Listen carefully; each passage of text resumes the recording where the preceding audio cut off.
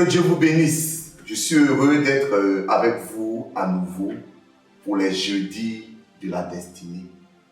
Je suis le révérend Marc-Antoine Zando et j'aimerais vous parler aujourd'hui des 3 pièges à éviter sur le chemin de notre destinée. 3 pièges à éviter sur le chemin de notre destinée. Nous lisons 1 Samuel 17, les versets 27 et 28. Le peuple répétant les mêmes choses lui dit: c'est ainsi que l'on fera à celui qui le tuera. Le ici, c'est pour Goliath. Verset 28. Eliab, son frère aîné, qu'il avait entendu parler à ses hommes, fut enflammé de colère contre David et lui dit: pourquoi es-tu descendu et à qui as-tu laissé ce peu de brebis dans le désert? Je connais ton orgueil et la malice de ton cœur. C'est pour voir la bataille que tu es descendu.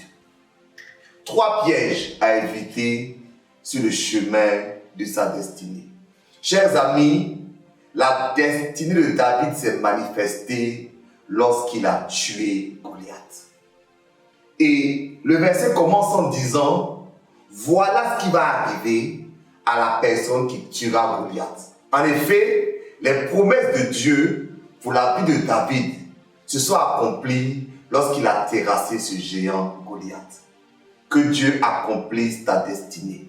Il y a une mission que tu as, il y a un géant que tu dois terrasser, il y a une grande chose que Dieu attend de toi. Et cette chose-là, quand tu vas la réaliser, tu seras propulsé dans ta destinée. Je prophétise maintenant que Dieu t'aide à accomplir cette chose-là. Mais bien aimé, alors que David partait accomplir cette grande mission qu'il a propulsée dans sa destinée, il y a eu 3 pièges qui sont dressés devant lui. J'appelle ces 3 pièges-là 3D.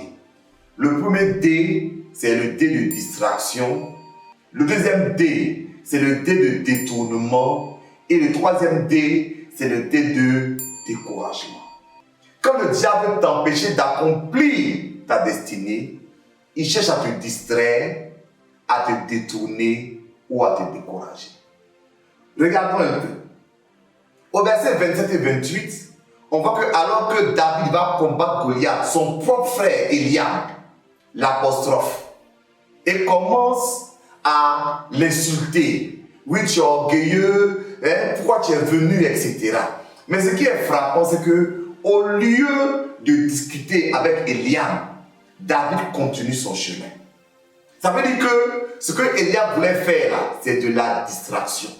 Je vais parler à quelqu'un. Quand tu dois combattre Goliath, ne t'arrête pas sur le chemin de Eliab. Il y a des gens, il y a des situations qui sont là pour te distraire. Pour que, alors que tes yeux sont concentrés sur un objectif que Dieu t'a donné, peut-être professionnel, peut-être financier, peut-être familial, peut-être ministériel. Il y a des gens autour ou des situations qui veulent que tes yeux soient enlevés de ça et que tu sois distrait par autre chose. Eliab voulait distraire David. Alors que David devait se concentrer sur son combat contre Goliath, Eliab voulait créer un palabre inutile. Chasse la distraction de ta vie. Un homme disait que les problèmes, ce sont ces choses effrayantes que tu vois quand tu détournes tes yeux du but. Mon frère, ma soeur, garde tes yeux vers le but. Ne laisse pas la distraction, les palabres inutiles, les discussions inutiles. Si les gens te critiquent, s'ils parlent mal de toi, s'ils disent des mauvaises choses de toi, ce n'est pas important. Crois que Dieu va te faire rentrer dans ta destinée. Ne t'arrête pas pour débattre des débats inutiles qui ne vont rien t'apporter. Eliab voulait critiquer, amener David à détourner ses yeux de l'objectif. Mais David a dépassé ce piège et il a avancé. Le deuxième piège se trouve dans 1 Samuel 17, verset 38. C'est le piège que j'ai appelé le détournement. Saül fit mettre ses vêtements à David. Il plaça sur sa tête un casque d'airain et le revêtit d'une cuirasse. David était un combattant qui a appris à se battre avec une fronde, c'est-à-dire un lance-pierre. Il n'a jamais porté une armure. Il n'a jamais porté un casque. Il ne sait pas se battre avec ces choses. Mais Saül veut lui faire porter ces choses. Si David avait porté ce casque, si David avait porté cette cuirasse, il n'allait jamais prendre la victoire sur Goliath. Ce que j'appelle le détournement, c'est quand les gens veulent te détourner de la manière que Dieu t'a indiqué, de la manière que tu sais que Dieu veut que tu travailles, des compétences que tu as pour t'amener dans leurs compétences à eux, dans leur façon de voir à eux, dans leur stratégie à eux. Et le détournement détruit les destinées. Il y avait un jeune prophète que Dieu a envoyé pour aller prophétiser. Mais un vrai prophète qu'il a trouvé sur le chemin et qui lui a donné des instructions contraires aux instructions de Dieu. Et à cause de cela, ce jeune prophète est mort. Bien-aimé, tu as une destinée. Tu as tes compétences. Tu as ce que Dieu attend de toi. Ne laisse pas les hommes ou les situations te détourner de ça. Ce qui empêche beaucoup de destinées de s'accomplir, c'est que nous sommes toujours en train de vouloir copier quelqu'un.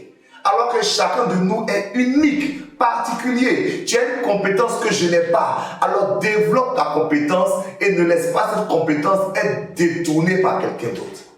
David ne sait pas se battre avec une armure. L'armure c'est pour Saül. Mais lui, David, il se bat avec une fronde. Qu'est-ce que tu as mis dans tes mains? Que personne ne te détourne de ta destinée. Le troisième piège, c'est le découragement. 1 Samuel 17, verset 42.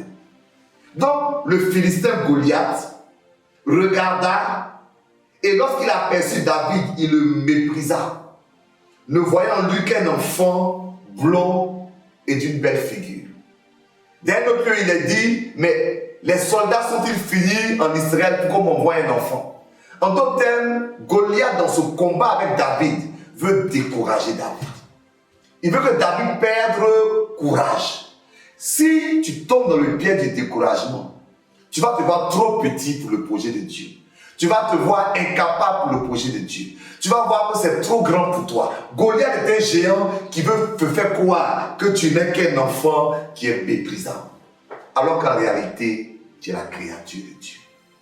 S'il te plaît, ne tombe pas dans ces trois pièges. David a évité la distraction. David a évité le détournement. David a évité le découragement et il a terrassé Goliath.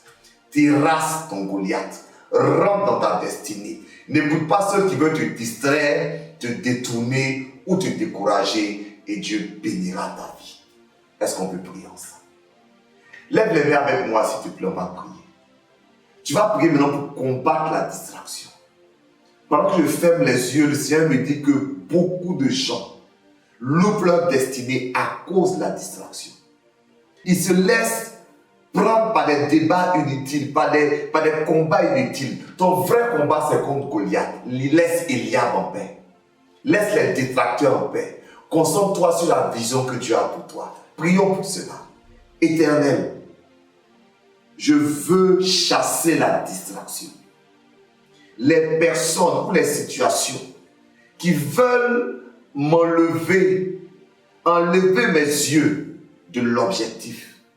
Seigneur, donne-moi de les dépasser comme David a dépassé Eliab.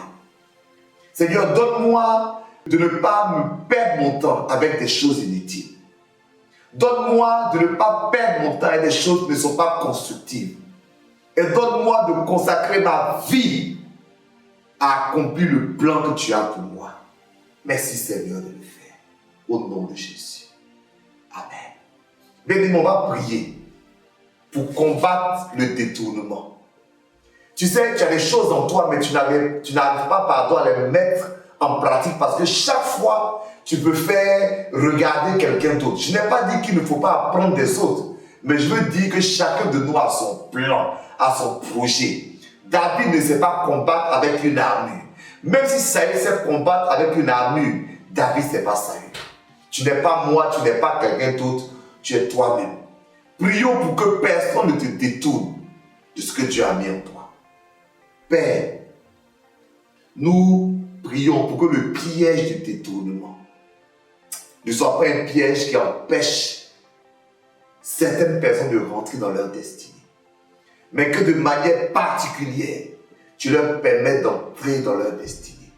Père, pendant que je prie, je vois une femme, une servante de Dieu. Je la vois et tu as mis quelque chose dans son cœur. Tu lui as donné une compétence, un ministère, mais elle n'arrive pas à l'exprimer parce que les gens n'acceptent pas ça. Mais s'il te plaît, donne-lui la force de continuer à avancer selon ton projet. Merci Seigneur. Amen. On va prier pour le dernier sujet. On va chasser le découragement. Goliath parle à David et lui dit, mais tu n'es qu'un enfant. En d'autres termes, il veut le décourager. Ne laisse pas tes circonstances te parler. Ne laisse pas les circonstances te faire croire que tu n'es pas capable. En Jésus, tu es capable. Si tu veux bien, lève les mains avec moi. On va chasser le découragement. Seigneur, nous chassons le découragement. Nous chassons les paroles négatives qui nous empêchent de voir à quel point tu peux nous utiliser. Fortifie quelqu'un maintenant et bénis la vie de quelqu'un dans le nom de Jésus. Amen. Bien-aimé, que Dieu te bénisse. Ne tombe pas dans le piège de la distraction. Ne tombe pas dans le piège du détournement. Ne tombe pas dans le piège du découragement, mais que Dieu accomplisse sa destinée glorieuse dans ta vie. Sois béni. À bientôt.